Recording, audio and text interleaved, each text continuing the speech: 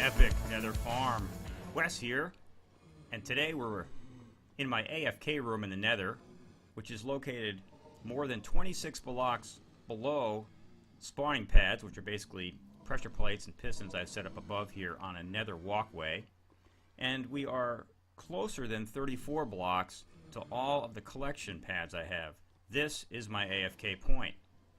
So I bring Steve down here at the end of most of my gaming sessions, set him up, and shut off my monitor.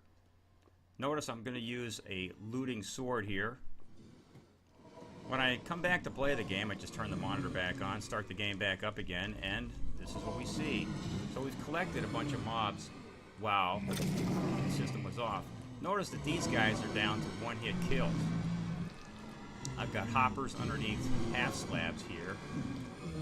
Half slabs are great for this because the drops will pass through the half slabs into the hoppers. Now, the blazes are not processed down to one-hit kill because they just float down. The rest of these guys have all dropped about 22 blocks down to this location. What I do to process the blazes here is I crush them with pistons. Above these pistons that have just come in, there are glass pistons, glass blocks, that hold additional mobs from dropping down on top of this. So then we just run along here. The blazes are at one-hit kill. Everybody else is also at a one-hit kill. And we collect our XP. At the start of this video, we were just below, maybe we had about a half an XP.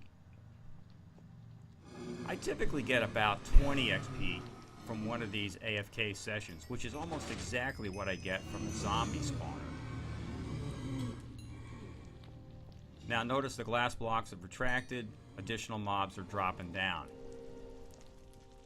So these blazes are not at the one-hit kill anymore.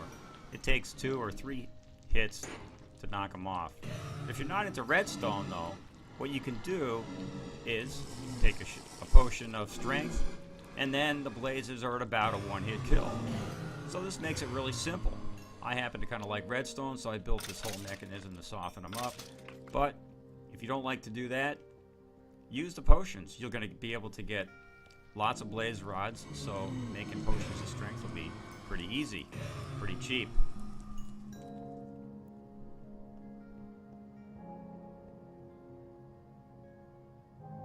Okay, so we should see a couple more mobs dropping down here. We'll collect a little bit more XP. And then for those of you that are really interested in the redstone, I'll give you a quick look at... well, let's get rid of some of this inventory here. This is some of the stuff that we collected while we were walking along. Most of this stuff has already gone down into the hoppers. And I have a tower at the end of this hopper chain. I'll show you. You don't really need to do that. If you want to, you could just have regular blocks here, and you could be collecting all the XP and drops yourself. I happen to be kind of interested in redstone. So for those of you that have a little interest in that, the reason that we can crush the blazes and not the others is because notice that the blazes are about 1.5 blocks tall. So when they're sitting on that half slab, their head will get suffocated when that block right there comes in. And the glass block comes over, prevents the other guys from dropping down. So let's run down to the end here and take a look at these pistons coming in. See if I can do this fast enough. Yeah, okay, that lower piston just retracted. That's the one that suffocates the blazes. The upper piston is still held in.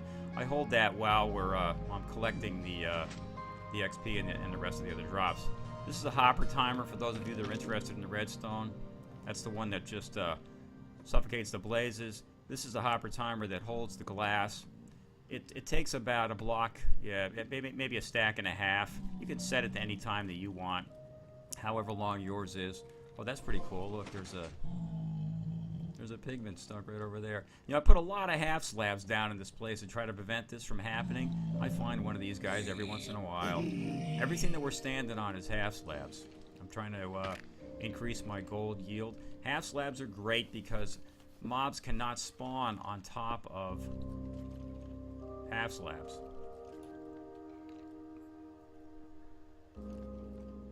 Notice how the signal still travels up in there. Okay.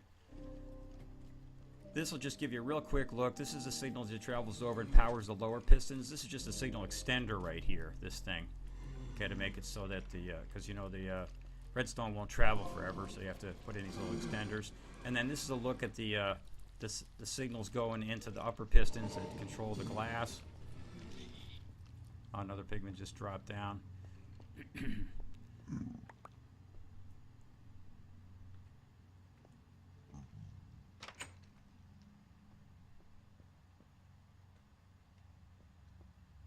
So let's just collect a little bit more XP here. And then what we'll do is we'll go up and find out about how many drops we've got. We've got these, this whole thing is set up, it's feeding into a tower, which is going up to a sorting system. You don't need this. Once again, you could just run along here, collect it yourself, put the stuff in chests. Okay, but for those of you that are really into redstone, give you a quick look at that. And for the rest of you, it's a good way to see about how many drops you'll get. It looks like I overloaded this hopper. Let's put it into this one here.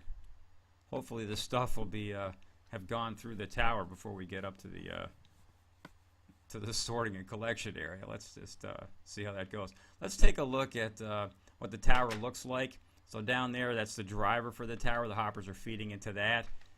These are just, this is the tower. Okay, I'll take a look at the top of this thing maybe.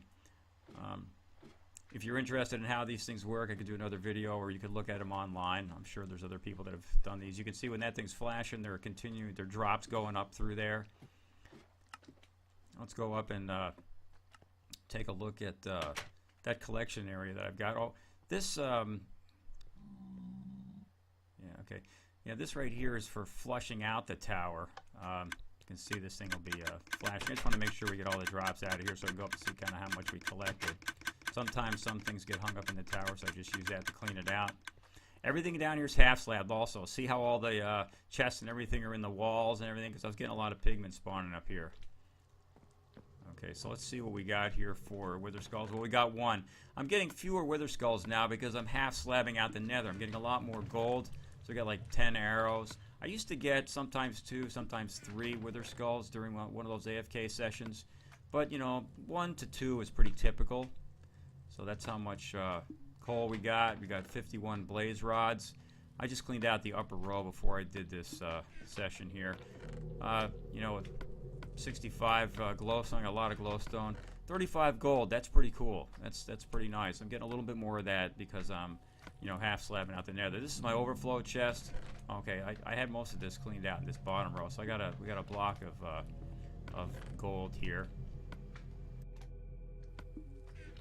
Okay, well, let's go outside and take a look at what this thing looks like from the exterior, and then we'll go up and we'll take a look at the, whoops, one of these guys.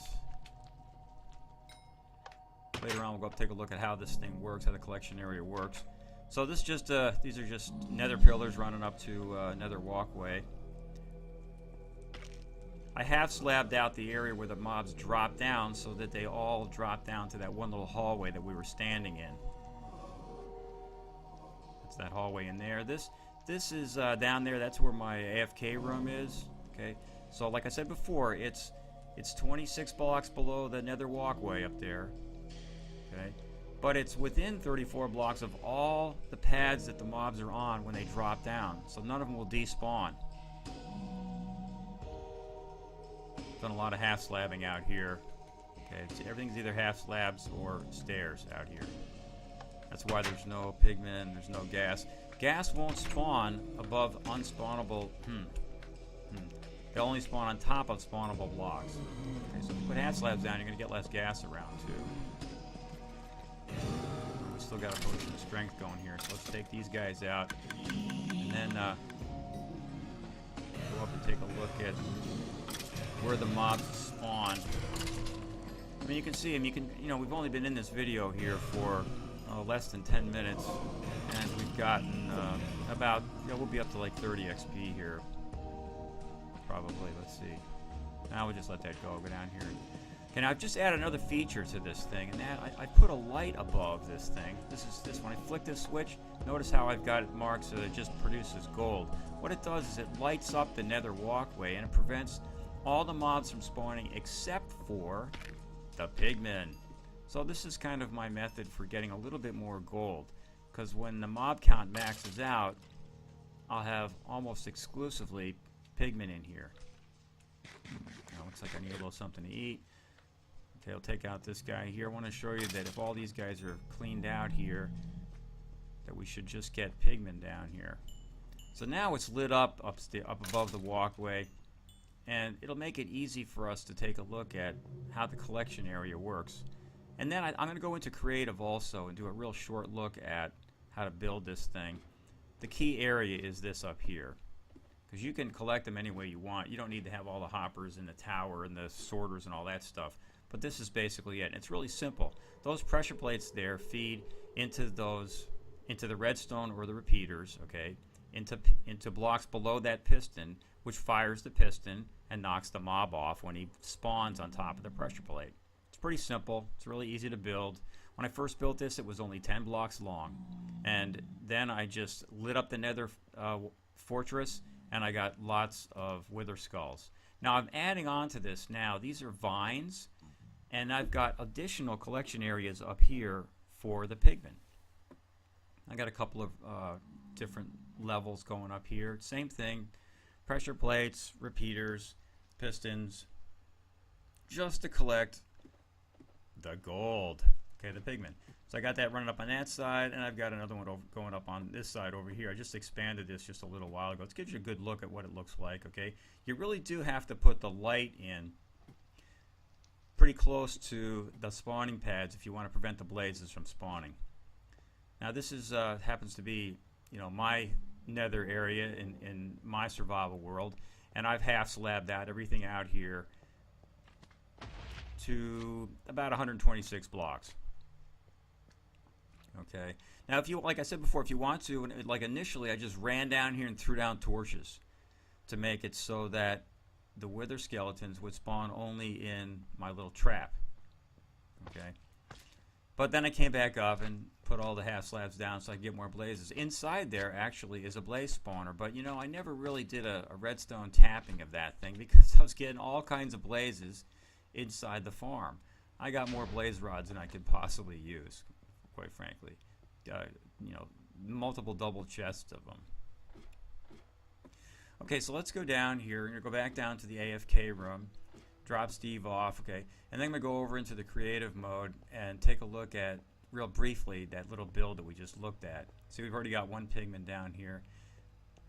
Now this area is 54 blocks long. It just happens to be what fit between the 3 towers I had in my nether walkway. So let's drop Steve off on this this point, and we'll zip off into creative and take a look at this, how to build this farm. Alright, so this is a reconstruction of a nether walkway. And basically, wither skeletons and blazes can spawn on any of these blocks in this walkway. So what we're going to do is we're going to take advantage of this block right here, and then that block right there, that block right there, and that block right there. So that's where we're going to put the pressure plates. One there, there, that's these two.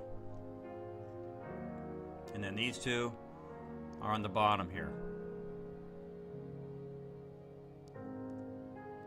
Okay, so when the mob stands on the pressure plate, the power goes into the repeater, feeds into that block right there, okay, and then up into the piston, which drives this block over, knocks the mob off, and down into that collection trench.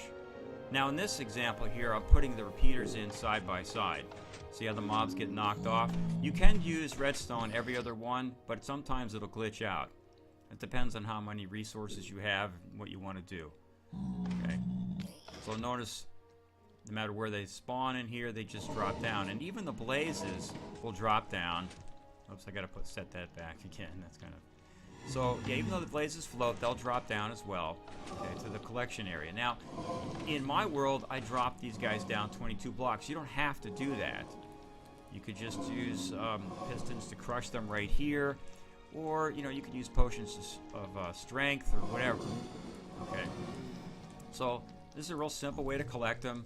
I used half slabs because I want to put hoppers underneath them. You can drop them down if you want to process them. It's completely up to you. But that's basically it. That's how this thing functions. Now, when I first built mine, I made it almost exactly like this.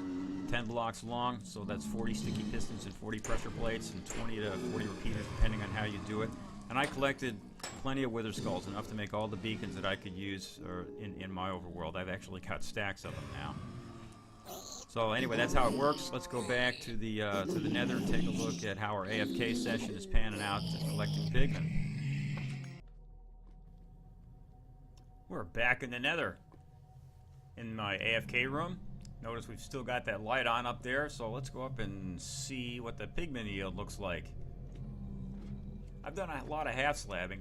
I've got to caution you, you're not going to get this kind of a yield. Oh, it looks like we got a few more than we had before with all the other mobs. Yeah, it does take a lot of half slabbing. You've got to go about 126 blocks in all directions. It's quite a lot of work, but it's a heck of a lot of fun. I've learned how to hunt gas and survive in the Nether. I found some great locations in the Nether. I actually built a ghast hunting lodge.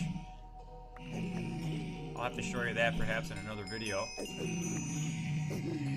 Oh, this guy just nailed me. Okay, well, I hope you enjoyed this.